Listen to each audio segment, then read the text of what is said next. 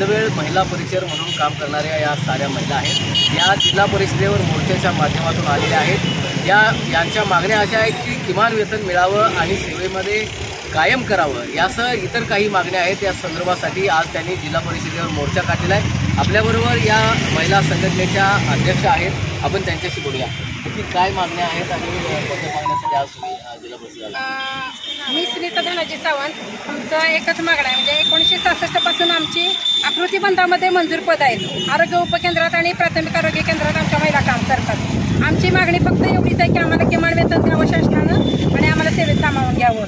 ज्यावेळेला आमची पदनिर्मिती झाली 1966 पासून, त्यावेळेला आमच्या बायका 50 रुपये, 80 रुपये, 300 रुपये, 600 रुपये, 900 रुपये, 1200 रुपये आणि आत्ता 3000 रुपये, आत्ता कार्यरत 3000 रुपयेवर आहेत। 3000 रुपये या महागाईच्या काळात आता सध्या काहीसुद्धा उदरनिर्वाह होत नाही।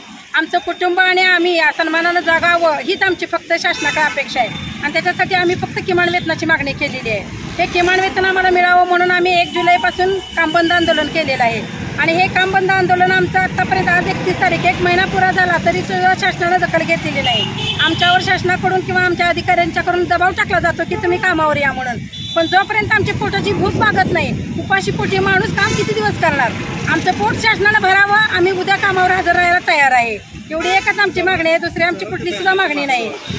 शासनाला या निमित्ताने इशारा काय देत आहे? आमचं तरी आता या निमित्ताने आम्ही आंदोलन केलंय, हे शासनाची मान मर्यादा किंवा आदर राखून केलेलं आहे आणि इथून पुढून जर आमच्या मागण्याचा विचार जर शासन करत नसेल तर इथून पुढचं आमचं आंदोलन अति तीव्र असेल। या निमित्तानं शासनानं आमचं पोट भरावं, अर्धपोटी आम्ही काम करणार नाही आणि या शासनानं ठोस उपाययोजना याबाबत करण्यात यावी, अन्यथा हे आंदोलन अशाच तऱ्हेनं चालू राहील। गेल्या 1 जुलैपासून हे आंदोलन गेले महिनाभरपासून कामबंद आंदोलन चालू आहे आणि शासनानं त्वरित याबाबत ठोस उपाययोजना करावी, अन्यथा हे आंदोलन अशाच तऱ्हेनं पुढे चालू राहील, अशा तऱ्हेचा इशारा या निमित्तानं देण्यात आलेला आहे। मोहन राजमाने, नवराष्ट्र न्यूज, सांगली।